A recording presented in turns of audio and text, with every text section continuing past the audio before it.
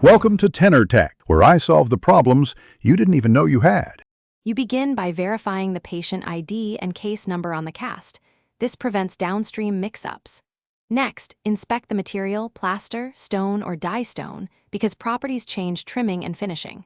Once done, assess margins and gross anatomy. Look for undercuts, broken cusps, and occlusal contacts. Make quick measurements with a periodontal probe or caliper to record critical dimensions.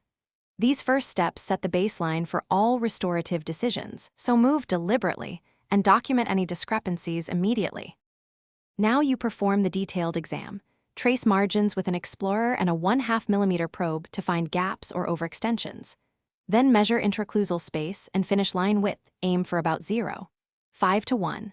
0 mm accuracy so restorations seat properly. Compare this cast to pre-op photos and the opposing cast to confirm occlusion and contacts. Discrepancies explain poor fit. Use a pencil to mark required trimming or reline areas. This middle work clarifies causes and solutions before any physical alteration. Finish by making the final trim and occlusal adjustments on the cast.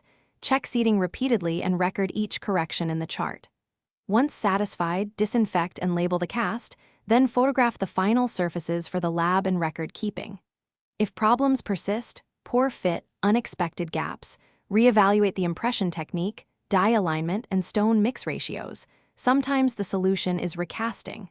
For troubleshooting, always go back to the impression first.